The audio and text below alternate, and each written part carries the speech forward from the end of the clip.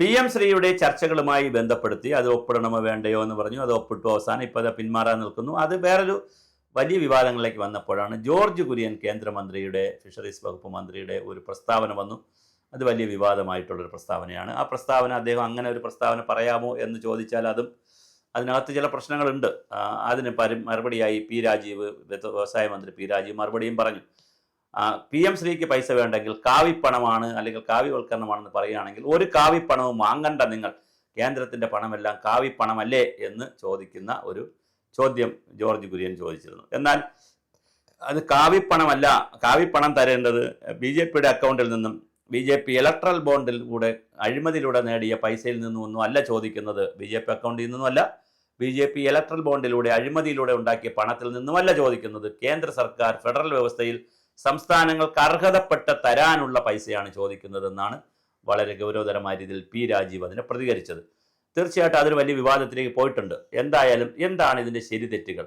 കേന്ദ്ര സർക്കാരുകളും സംസ്ഥാന സർക്കാരുകളും തമ്മിലുള്ള എങ്ങനെയായിരിക്കണം ഫെഡറൽ വ്യവസ്ഥയിലുള്ള ബന്ധം എന്നതിനെയൊക്കെ സംബന്ധിച്ച് വളരെ കൃത്യമായി ഭരണഘടനയിൽ നിരവധി കാര്യങ്ങൾ പറഞ്ഞു വച്ചിട്ടുണ്ട്. മാത്രമല്ല, സ്വതന്ത്ര ഇന്ത്യ രൂപപ്പെടുന്ന സമയത്ത് വിവിധ തരത്തിലുള്ള ചർച്ചകൾ വന്നു.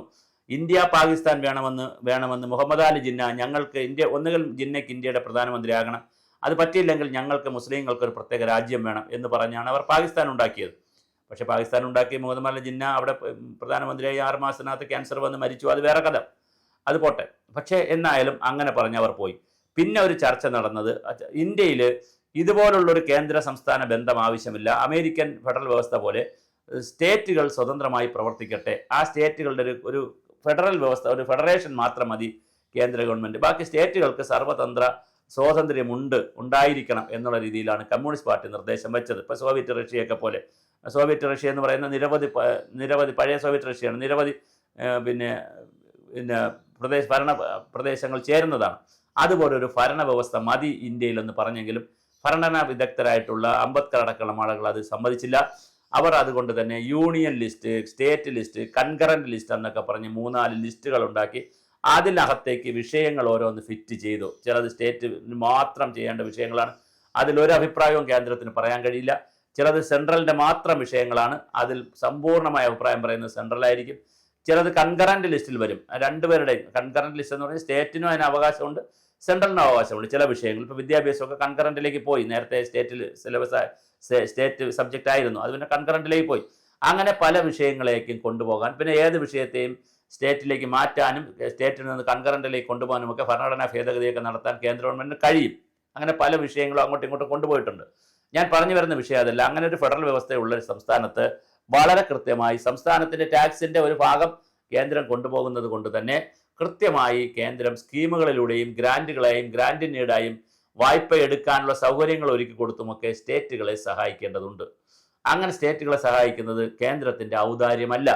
ആ നിലയിൽ സംസാരിക്കുമ്പോൾ ജോർജ് കുര്യൻ പറഞ്ഞത് വേറൊരു തരത്തിൽ കടന്ന കൈയാണ്. പക്ഷെ അങ്ങനെ പറയുന്നതിൽ ശരിയല്ല. കാരണം അങ്ങനെ കേന്ദ്രത്തിൻ്റെ ഒരു ഔദാര്യമൊന്നുമല്ല ഒരു സ്റ്റേറ്റിനുള്ള പണവും.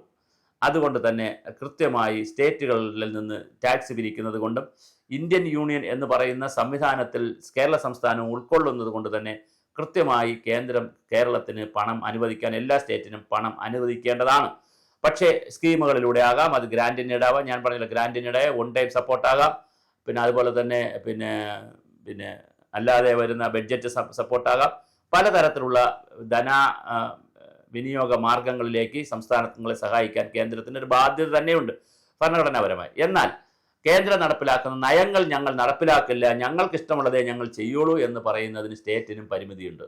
ഇപ്പോൾ PM ശ്രീയിലൊക്കെ നമ്മൾ കണ്ടതാണ്. പഞ്ചാബ് അവർ ആദ്യം പിന്മാറി, പിന്നെ പൈസ കൊടുക്കില്ല എന്ന് പറഞ്ഞ് പിന്നെ വലിയ തർക്കം നടന്ന അവസാനം പഞ്ചാബ് അതിൽ ഒപ്പുവെച്ചു. ഇപ്പോൾ കേരളവും ഇന്നല്ലെങ്കിൽ നാളെ ഇതിൽ ഒപ്പുവെക്കേണ്ടി വരും.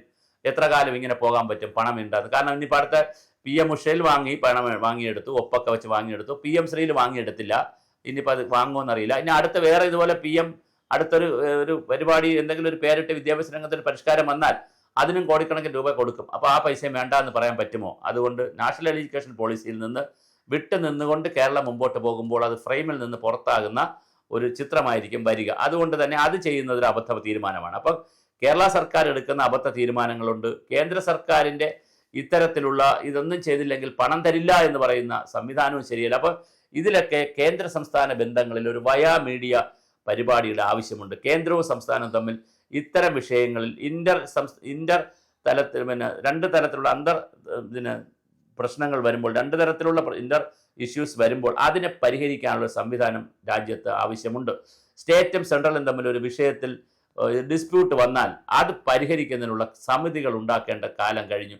അല്ലാതെ വീണ്ടും ഡിപ്പാർട്ട്മെന്റിൽ മാത്രം എഴുതിക്കൊണ്ടിരിക്കുകയും പൊളിറ്റിക്കൽ ലീഡർമാർ അവരവരുടെ പൊളിറ്റിക്സിന് അനുസരിച്ച് അഭിപ്രായം പറയുകയും അവരവരുടെ രാഷ്ട്രീയത്തിനനുസരിച്ച് കാര്യങ്ങളെ കാണുകയും ചെയ്യുമ്പോൾ സ്റ്റേറ്റിന് വലിയ നഷ്ടം വരും. കാരണം ജനങ്ങൾക്ക് നഷ്ടം വരും. ഇപ്പോൾ ഈ PM ശ്രീ കുട്ടികൾക്ക് വലിയ നഷ്ടമാണ് വരാൻ പോകുന്നത്. വളരെ വലിയ നഷ്ടമാണ് കേരളത്തിലെ കുട്ടികൾക്ക് വരാൻ പോകുന്നത്. അടിസ്ഥാന സൗകര്യങ്ങൾക്ക് കിട്ടുന്ന കോടാനുകോടി രൂപയാണ് നഷ്ടപ്പെടുത്താൻ പോകുന്നത്. അത് വലിയ ക്രൂരതയാണ് കുട്ടികളോട് ചെയ്യുന്നത്. അതേസമയം സിലബസ് പോലുള്ള കാര്യങ്ങളിൽ അവർ ഇടപെടരുന്നുള്ളിടത്ത് നമ്മൾ തീർച്ചയായിട്ടും നമ്മുടെ അഭിപ്രായം പറയണം. അത് സ്റ്റേറ്റ് സിലബസ് ആണെന്ന്, സ്റ്റേറ്റിൻ്റെ പ്രൊഫഷനാണെന്ന് അവർ പറയുന്നു. ഇപ്പോൾ കർണാടകത്തിൽ 1000-ഓളം അധികം സ്കൂളുകൾക്കാണ് ഇതുപോലത്തെ കാര്യങ്ങൾ 600 ചില്ലുവാനും സ്കൂളുകളിൽ ഇത് ചെയ്തിട്ടുണ്ട്. നമ്മുടെ ഈ PM ശ്രീ നടപ്പിലാക്കിയിട്ടുണ്ട് കർണാടകത്തിൽ. അവർ പക്ഷേ സിലബസ് അവരുടേതാണ്. അവരുടെ അതിനൊരു പുതിയ കമ്മിറ്റി തന്നെ ഉണ്ടാക്കി അവരുടെ സിലബസ് പഠിപ്പിക്കും. പക്ഷേ കേന്ദ്ര സർക്കാരിൽ നിന്ന് ഈ പണം വാങ്ങുകയും ചെയ്യും. മാഹിയിൽ വളരെ മനോഹരമായിട്ടുള്ള സ്കൂളുകൾ, മുസ്ലിം സ്കൂളുകൾ അടക്കമുള്ള സ്കൂളുകൾ വളരെ മനോഹരമായി നടപ്പിലാക്കിയിരിക്കുന്നു. അപ്പോൾ പോണ്ടിച്ചേരിയിലൊക്കെ ഒരുപാട് സ്ഥലങ്ങളിൽ ഇത് നടക്കുന്നു. മാഹിയല്ല ജന്മ പോണ്ടിച്ചേരി ഒരുപാട് സ്ഥലങ്ങളിൽ ഫണ്ട് വാങ്ങിയെടുക്കുന്നു. പക്ഷേ അവിടെയൊക്കെ സിലബസ് NCERT ആണെങ്കിൽ കുഴപ്പമില്ല, CBSE സിലബസ് ഉള്ളിടത്ത് കുഴപ്പമില്ല, NCERTക്ക് കുഴപ്പമില്ല. അല്ലാത്ത സ്ഥലങ്ങളിലാണെങ്കിൽ സ്റ്റേറ്റിൻ്റെ സിലബസ് മതി.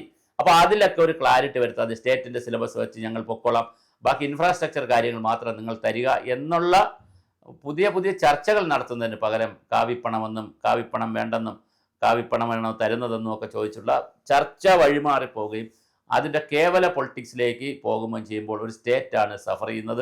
സ്റ്റേറ്റിലെ ജനങ്ങളാണ്, വിദ്യാർത്ഥികളാണ്, യുവാക്കളാണ് വലിയ അവസരങ്ങൾ കാത്തിരിക്കുന്ന ലോകത്താണ്. ഇപ്പോൾ സോഷ്യലിസം ഒന്നും കേരളം പറയുന്നില്ല, പിന്നെ കമ്മ്യൂണിസം പറയുന്നില്ല, സോഷ്യലിസം പറയുന്നില്ല, വികസനം മാത്രമേ കേരളം പറയുന്നുള്ളൂ. കേരളം വിദേശ സർവകലാശാലയെ സ്വീകരിക്കാൻ തീരുമാനിച്ചു, ഉത്തരവിറക്കി. ഓട്ടോണമസ് കോളേജുകൾ ഇവിടെയുണ്ട്. ഇപ്പം തന്നെ തിരുവനന്തപുരത്ത് സെക്രട്ടേറിയറ്റിലിരുന്ന് PM ശ്രീ വേണ്ട എന്ന് കത്തെഴുതുമ്പോൾ പട്ടം കേന്ദ്രീയ വിദ്യാലയത്തിൽ PM ശ്രീ നടപ്പിലാക്കി കഴിഞ്ഞു.